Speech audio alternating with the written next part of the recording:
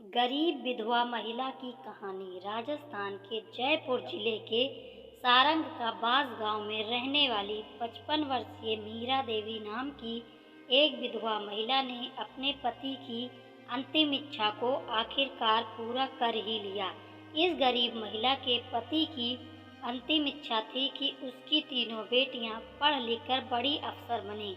इसलिए अपने पति की मौत के बाद मीरा देवी ने दिन रात मेहनत मजदूरी करके अपनी तीनों बेटियों को पढ़ाया और इस काम में उसके इकलौते बेटे ने भी उसका पूरा साथ दिया।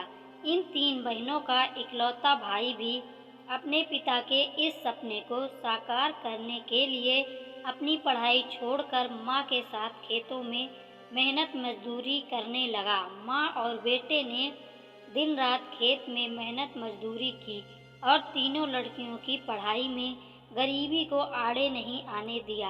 आखिरकार तीनों बेटियां बन गई अफसर। मीरा देवी की तीनों बेटियां कमला चौधरी, ममता चौधरी और गीता चौधरी ने भी अपने स्वर्गवासी पिता की अंतिम इच्छा को पूरी करने के लिए पूरी मेहनत और लगन से पढ़ाई की।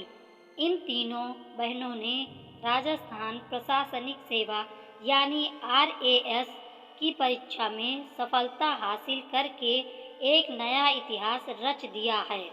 गांव के एक छोटे से कच्चे मकान में रहने वाली इन तीनों बेटियों ने मन लगाकर न सिर्फ पढ़ाई की बल्कि उन्होंने एक योजना बनाकर 2 साल तक जमकर प्रशासनिक सेवा की तैयारी की।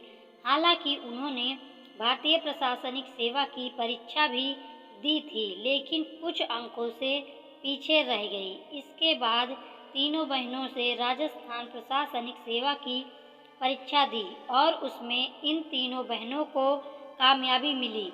आपको बता दें कि इन तीनों बहनों में सबसे बड़ी बहन कमला चौधरी को OBC रैंक में 32वां स्थान मिला, जबकि गीता को 64वां और ममता को 182वां स्थान मिला।